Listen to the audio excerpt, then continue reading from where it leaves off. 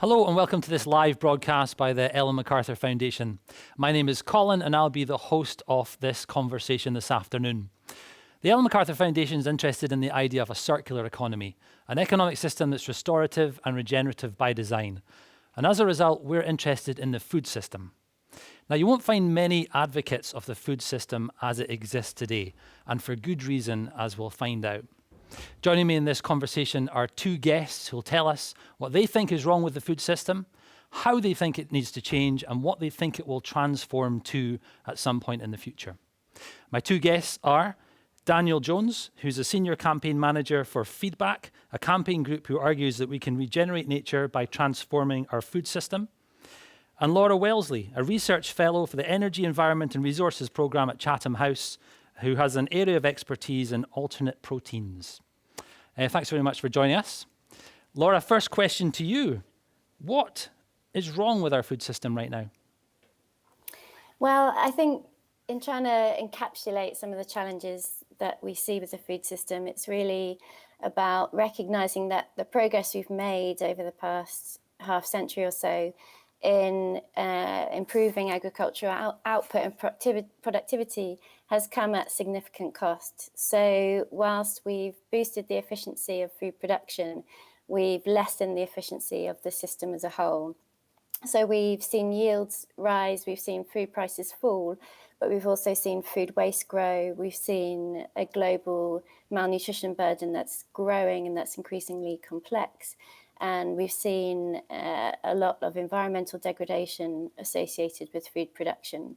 And in part, that's because we have a globalized system in which production is very specialized, and in part because we have concentrated supply amongst a handful of breadbasket regions, a handful of crops, often a handful of major players in the system.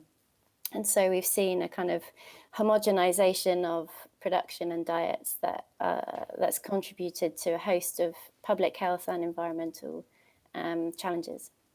Daniel, I wonder if you can give us a bit more detail on some of those challenges that the food system has produced for us? Yeah, sure. Thanks, Colin. Thanks, Laura. I mean, that's an excellent summary.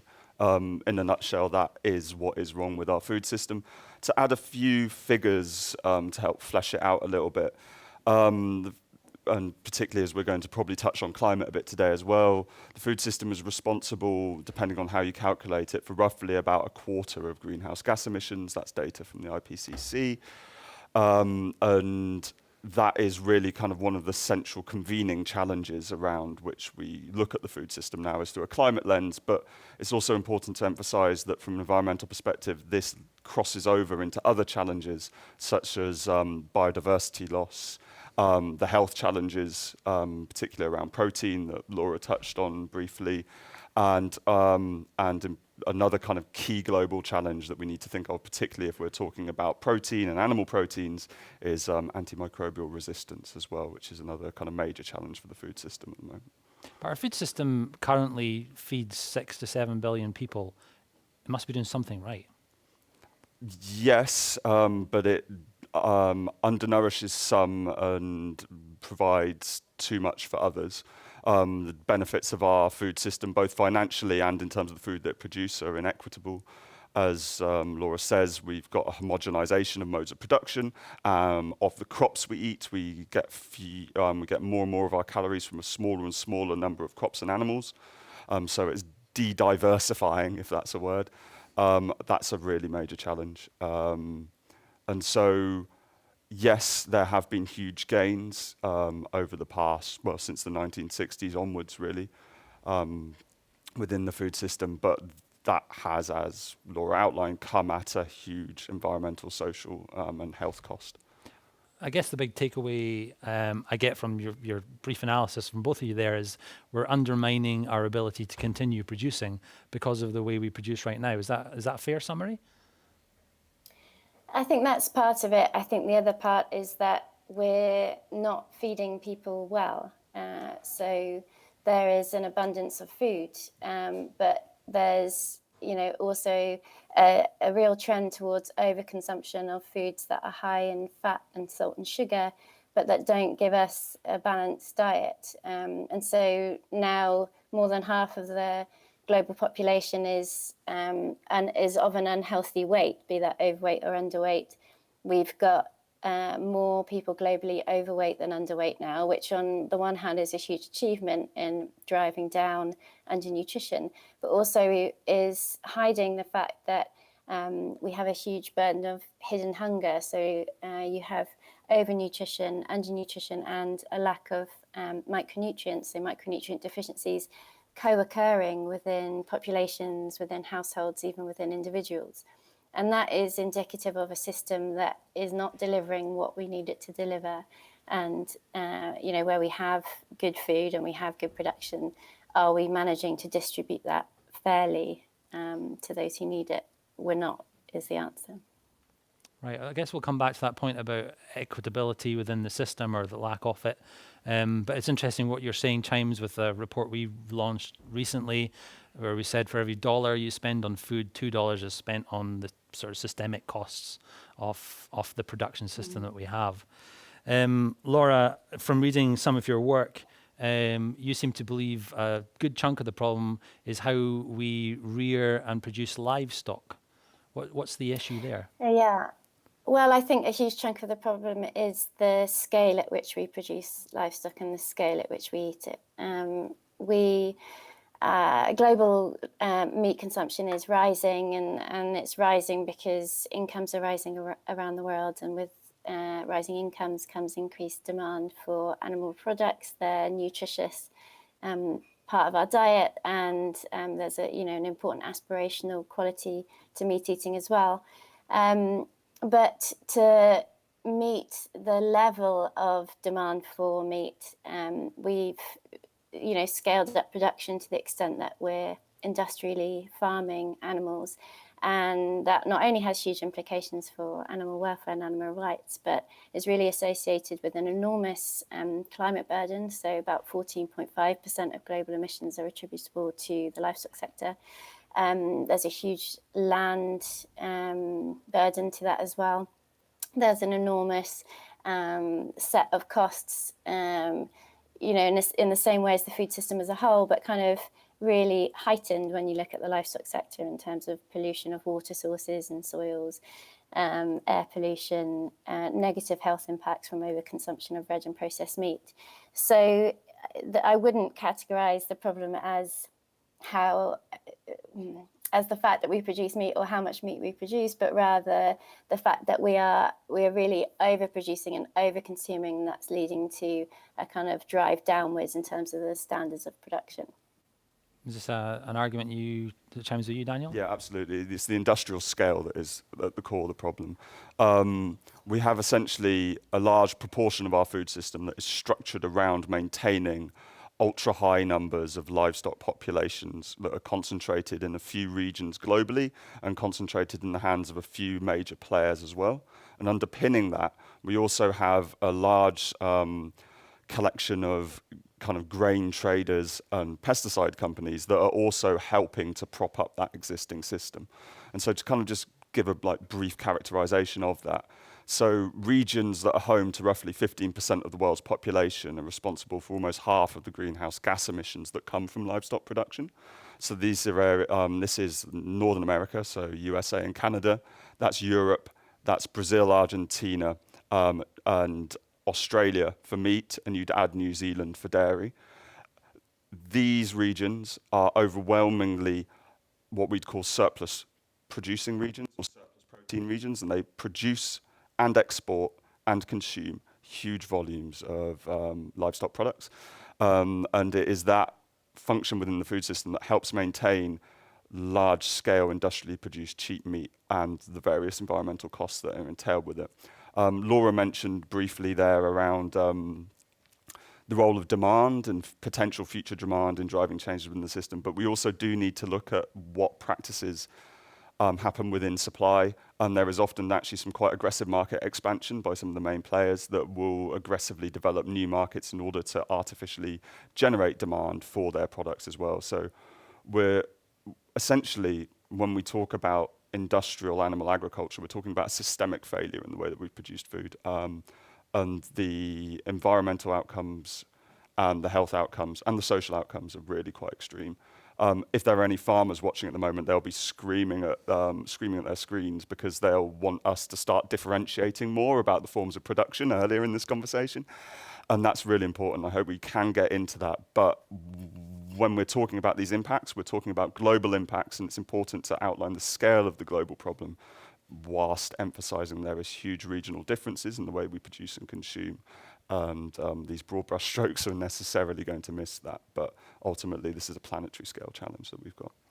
Well, if And there... can I just jump in there to say that I actually think as well that the conversation has really become much more sophisticated and nuanced and diverse over the past couple of years. You know, when we at Chatham House first started working on this in 2014, 2015, it wasn't such a live discussion about particularly the role that policy can and should play in shifting towards more sustainable patterns of meat eating.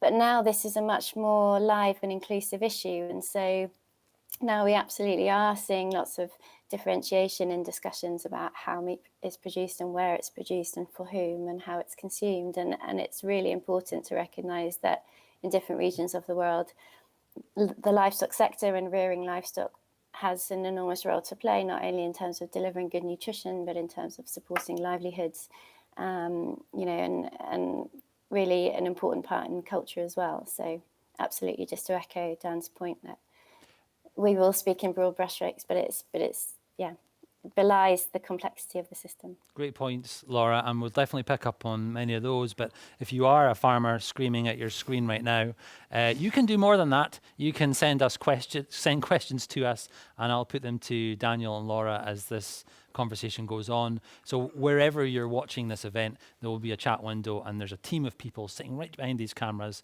who are firing your questions to me. So keep them coming in, and I'll make sure that I'll ask our experts about them. Interesting point about this idea of a sort of change of attitude, because you and I were talking off camera earlier. You also believe that there's a change in attitude towards meat production and people's acceptance of it. Where do you get the confidence that the conversation is changing? Well, yeah, how do you measure that? I guess column inches in tabloid newspapers probably isn't the best measure.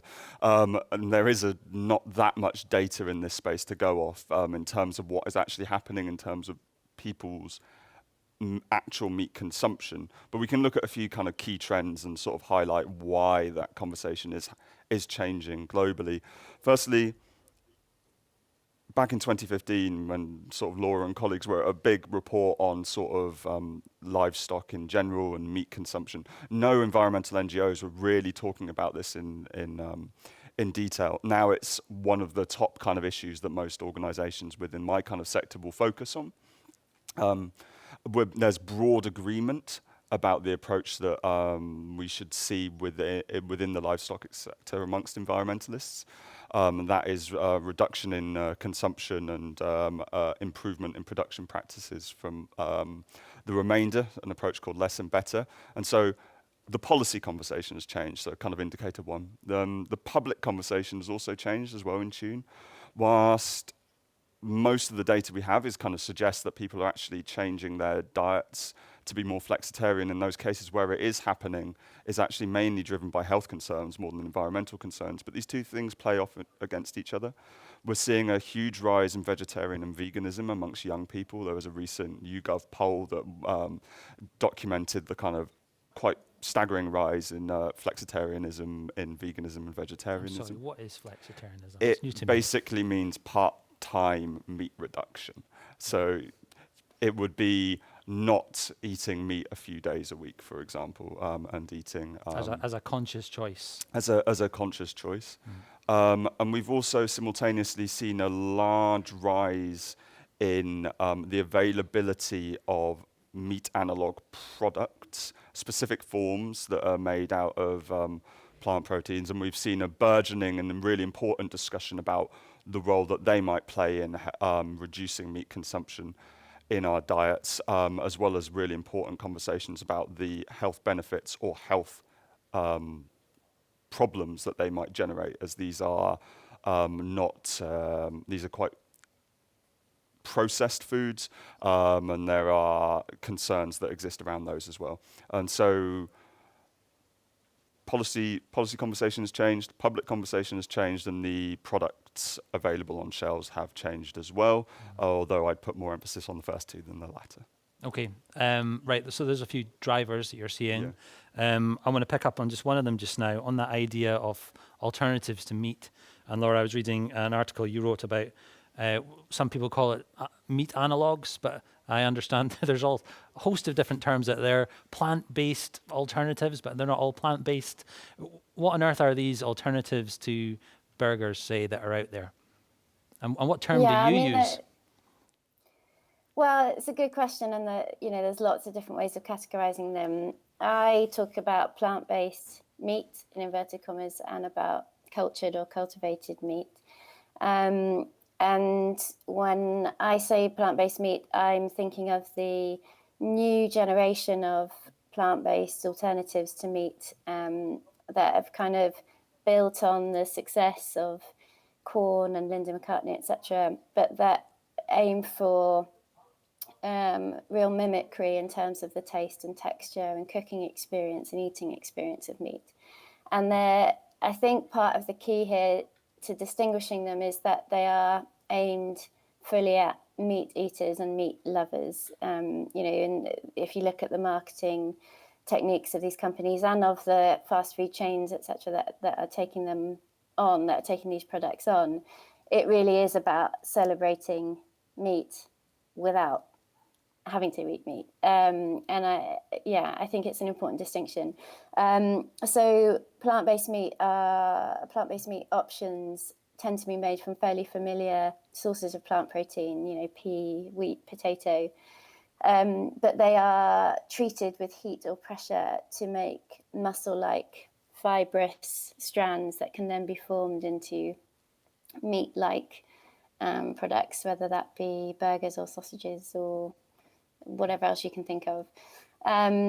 In some cases, not in this country yet, but available in the US and in some Asian markets, are the Impossible Foods range, which are plant-based also, but which use something called soy leg hemoglobin, so a plant equivalent of hemoglobin or myoglobin in our blood to carry oxygen around. That's isolated from soybean root and is cultured itself using genetically modified yeast. And that gives a real irony flavour and a red texture and gives rise to kind of reddish juice when cooking. So that's another level. And then we have cultured meat or cultivated meat. So this is meat, real meat, that's grown in vitro. Not the term lab-grown meat is a bit deceptive in that it will look more like a brewery, big bioreactors that these cells are grown in. But essentially, you take a biopsy from a live animal and you use some kind of growth medium to encourage the cells to proliferate and differentiate, and then you end up with meat fibers at the end of it. What do you think the benefit is of us creating these meat-like alternatives? Does it help the shift away from meat, do you think? And who are they aiming these things at?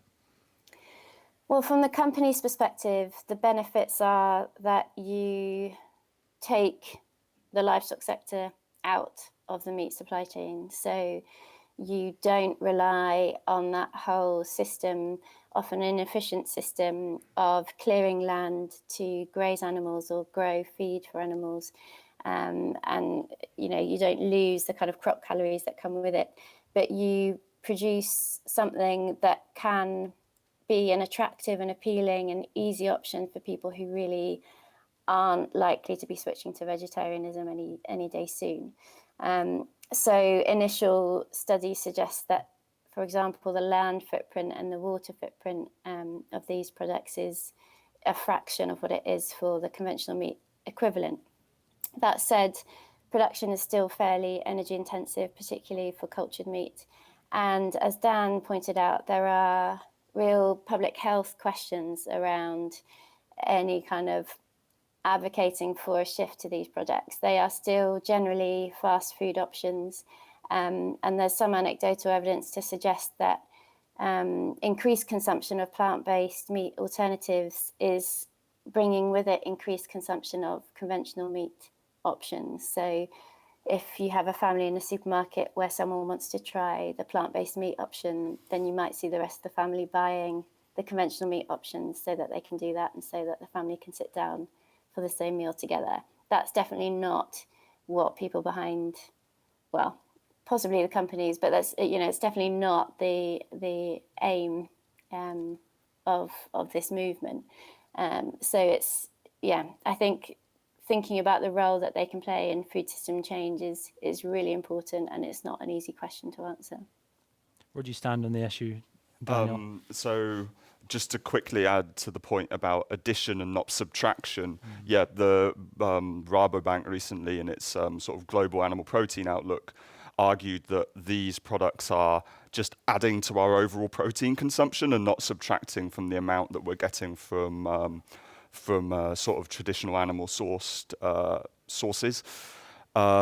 That's hugely problematic because that means an addition in environmental and health impact and not a subtraction. And whilst the movement in general sees it as an ability to displace livestock products, actually the stated aim of some of the kind of large traditional meat companies is that they see this as an addition to their existing business model and not a subtraction. The CEO of Tyson Foods, for example, one of the largest meat corporations in the world, is on record as saying he sees this as a potentially additional business opportunity whilst they continue to grow their usual livestock business. That's hugely problematic. Is that such a bad thing if perhaps it could wean them off the livestock production? Well, if their stated aim is that it will be an addition, not a subtraction from their existing business, then it seems unlikely that they're going to be weaned off.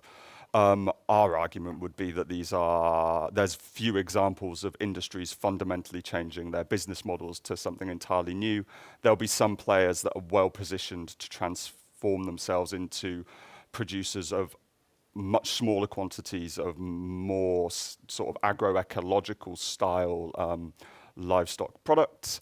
But actually for most of them, they're structurally incompatible with a food system that stays within environmental and health limits. We'd see some of these meat and dairy corporations as being entirely equivalent to some of the oil and gas giants, actually. The BP, Shells and Chevron, JBS, Tyson and Cargill, some of the meat giant producers, have carbon footprints that are approaching that of energy giants, and their business models might be as structurally incompatible with a low carbon, environmentally safe future as the oil and gas giants And are. you think they could face some pressure in the near future in the way that oil and gas has? Absolutely. So there's variety. There's a variety of levels of pressure that are going to kind of occur for some of the larger meat and dairy corporations. First is a kind of inevitable policy response. At some stage, we're going to see carbon pricing. That will affect businesses that produce at scale with high levels of energy intensity. But more generally, I think there's going to be a concerted effort to look at the forms of production that we value and the forms of production that we don't value, and really focus the attention on some of these industrial producers in the civil society kind of way. And I'd expect us to kind of see that pressure increase over time in the same way we have seen pressure increase on BP and Shell. Okay. Online audience questions. I'm going to fire these at you. We obviously haven't talked about these beforehand. The loose cannon that is our online audience are asking us, do you think people would be ready to switch from eating insect-based proteins instead of meat That's from Marine on LinkedIn. So insect-based proteins, heard that a lot, of course. Insects are going to be on our dinner plates in the future. Where do you stand on that one, Laura?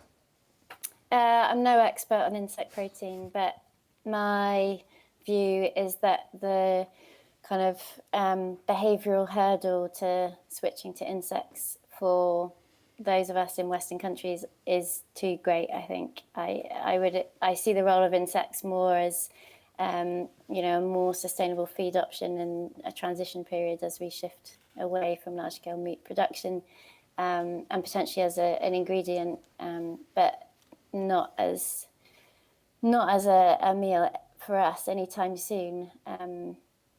Yeah. Okay, here's another one. Daniel, how about this? From Brian on LinkedIn. It looks like yellow pea is taking over from soy in many plant-based meat-like products. Do you see that as having an impact on sustainability practices in farming? You know anything about this? I can only speak to this at a very high level. I see there's interest in different kind of protein sources here coming out in some of the questions. And actually quite specialised knowledge is needed to appraise the benefits of each individual one. So I think the kind of top level answer that I'd give is that soy is a particularly problematic crop as an industrial scale feed crop because of where we source it from and the land footprint that it has. That would be the kind of top line takeaway. I couldn't speak to the relative benefits of yellow pea. Okay, here's a question that's been on my mind. Shivani has worded it much better than I was trying in my head. Can we promote consumption of simpler foods than processed forms? Convenience must not be confused with misleading processed products. Where do you stand on that? Shall I start, and Laura, please jump in? Absolutely. We should be looking at foodstuffs that involve promoting healthier, more sustainable diets. One of the things that Henry Dimbleby, who's currently leading a review of a kind of national food strategy for the UK, said recently was if he could wave a magic wand for something to do with the food system, he'd encourage people to eat more plants. And that would be the one thing that would have more sort of health benefits and environmental benefits. What we don't want to be doing is launching wholeheartedly into kind of complicated meat analog style products at the expense of actually generating meaningful shifts in the way that people's diets are constructed.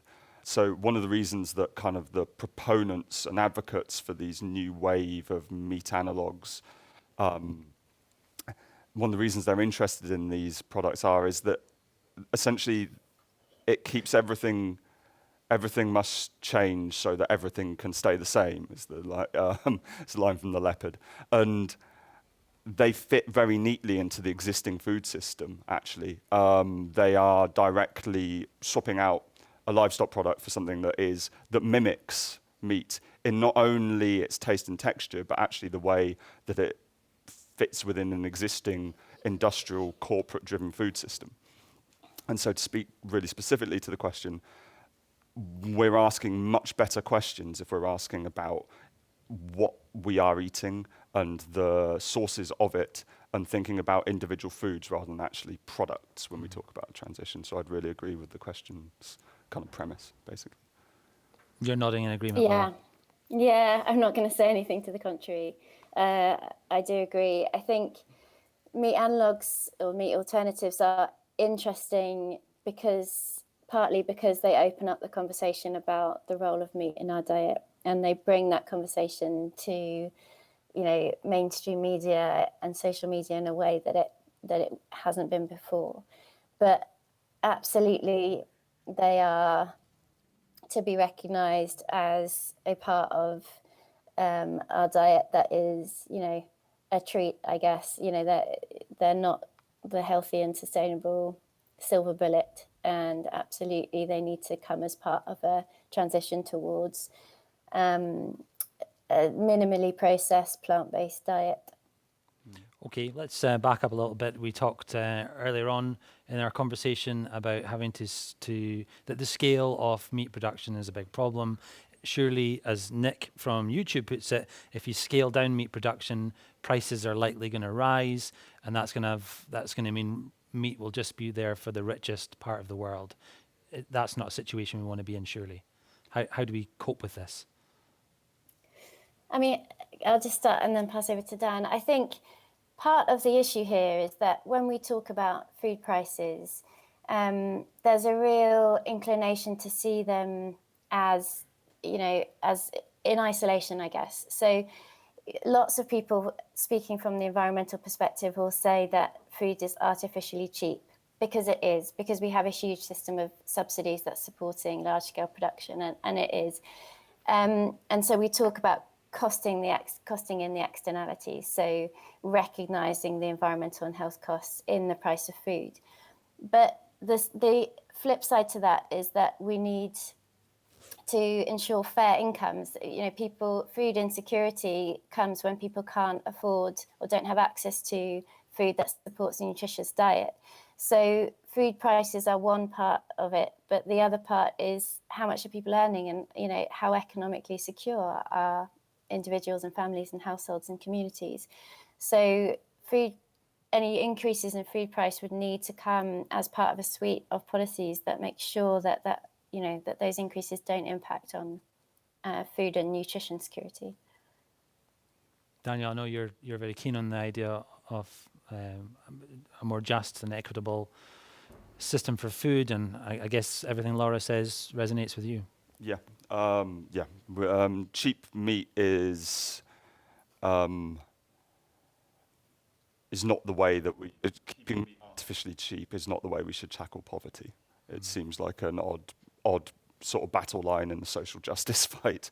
And so, it needs to be, as just exactly what Laura said, it needs to be part of a holistic response that looks at not doing policy interventions in isolation, thinking about the food system holistically and thinking about the ways that these policies may impact on others. There's a real tendency around policy that's directed at meat to really hone in on the price element, but we need to think much bigger than that. Yeah. Just to give one example from one context in the US,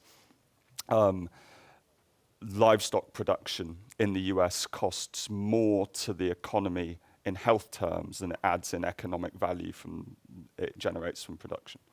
That is on a very narrow measure of particulate emissions, but I think it's a really powerful anecdote about how we need to think about this holistically. But people aren't screaming about it from the rooftops. Why not?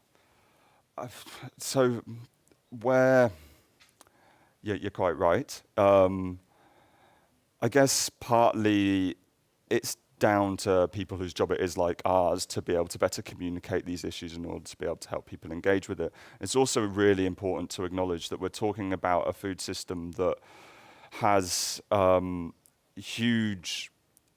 is structured so that a small number of actors tend to benefit from it. And so there is, on that one side, you have interests that are invested in business as usual. But on the flip side is also, for everybody's everyday experience of food is vastly different and very personal and tied into the spaces, places, cultures and traditions, families that help them shape that kind of way that they see the food system. And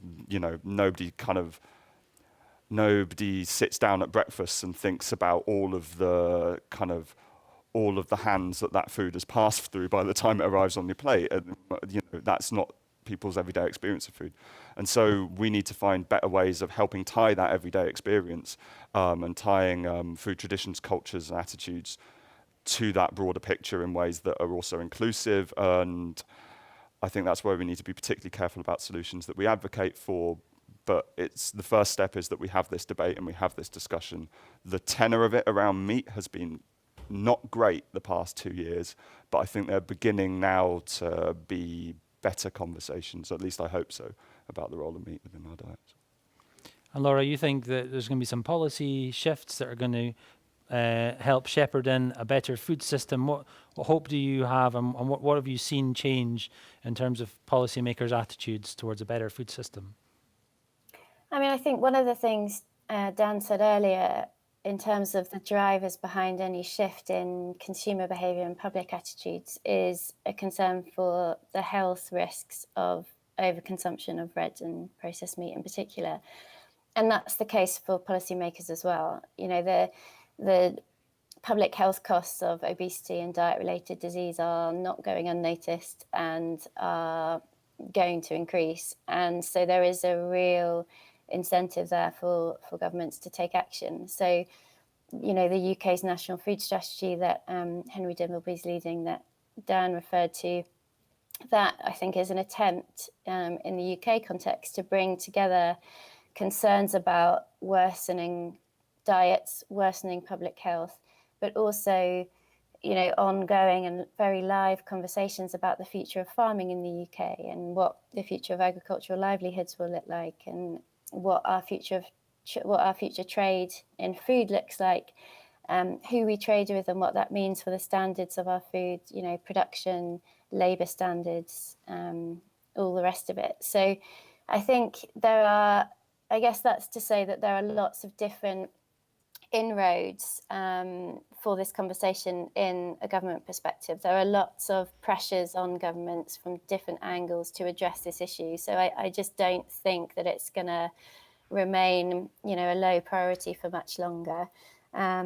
Certainly, I think that, you know, things like the horse meat scandal that threw a light on bad behaviour in meat supply chains, even, you know, current fear around the coronavirus, these point to systemic failures, including in livestock supply chains and in our food system. And so I think the public health concern there, including around antimicrobial resistance, is really going to come to the fore. I expect that to be one of the major drivers. And we'd hope that climate mitigation and ambitious policies to get to net zero are also a driver of policy that looks really carefully at the climate impact, not just of what we produce in our country, but what we consume as well. And alongside some of those policy levers, you talked earlier about that we should be improving production processes. And I think at that point you were referring to meat production processes. What does the ideal future of meat production look like to you? Oh, I'm not gonna pretend to be able to answer that. There are lots of different visions and lots of different viewpoints on what good livestock production looks like. And I think the key, although it sounds evasive, is that it really depends on context. It depends where you are, what land you have, what else that land could be used for, whether there are alternative uses. So people talk often about the importance of livestock rearing on uplands where you really couldn't use that land for anything else. And it's those kind of very locally informed discussions that will get you to the answer of what's right, what meat should we produce, how much, and in what way. But it's a question on which everyone has an opinion, and lots of people, not me included, have really deep expertise. Daniel, you optimistic that the date of 2050 is in the title of this show, but by around about then that we'll have a food production system that's healthy and is producing healthy food for us all? It depends on which day you ask me, but yes, broadly, I'm hopeful that we're starting belatedly to have the kinds of conversations that we need to have around it. We've talked about one macronutrient today, protein. These are conversations that we're having to have about the entire food system. The role that future protein provision plays within it is massive, but these are big, complicated, highly political discussions. And predicting the future would be a little bit of a mug's game. But broadly, I think there is an increasing shift for a more environmentally sustainable food system that has better human health outcomes, and that sort of realization is happening at a kind of policy level. The one kind of thing that I would say, and that I would pin my hope on, is that governments need to govern, policymakers need to actually act in a coordinated and effective and fairly radical way around this issue. At the moment, particularly with this kind of rapid rise of meat analogues, there is a danger that we let the market continue to drive some of these things more so than it should. But yeah, broadly, I'm hopeful. All right. Well, on that hopeful note, thank you very much, Daniel and Laura, for joining us in this conversation. And this conversation is one of many that we're holding over these 2 days with the Ellen MacArthur Foundation. So check out our schedule, ellenmacarthurfoundation.org, and you'll see all of the different conversations we've got. If food is your thing, then we're back at 6:30, where we'll be looking more at the future of food technology. So join us then. Until then, goodbye.